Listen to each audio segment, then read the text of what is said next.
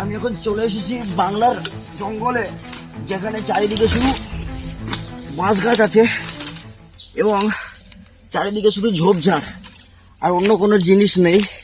আর এখানে সার্ভাইভ করা মানে এক্সামে 33 পাওয়া সমান ব্যাপার। তো চলো তোমাদেরকে জঙ্গলটা ঘুরে দেখাচ্ছি। আর এখানে সব থেকে ভয়ঙ্কর একটা জিনিস আছে, সেটা হচ্ছে মশা, যার কামড়ে অনেক কিছু রোগ হতে পারে। সেই জন্য আমি নিয়ে এসেছি আমার সাথে এই মশা মারা ধূপ, আর তার সাথে নিয়ে এসেছি লাইটার। আর এই ধূপই আমাকে আজকে সাহায্য করবে এখানে সার্ভাইভ করার জন্য। আর আমার এই টাইমে খুব পায়খানাও পেয়েছে, আর পায়খানা করার জন্য কোনো ফাঁকা জায়গাও নেই।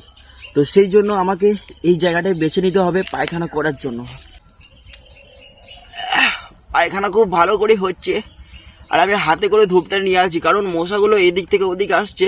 তো আমি ধূপটা যাতে এইরকম এরকম করে ঘুরতে পারি চারদিকে, সেই জন্য হাতে করে নিয়ে রেখেছি। পায়খানা তো খুব ভালো করে হয়ে গেছে, কিন্তু এখানে ছোটানোর জন্য জল নেই। তো আমাকে এই বাঁশ পাতাটাকে বেছে নিতে হবে মুছার জন্যে।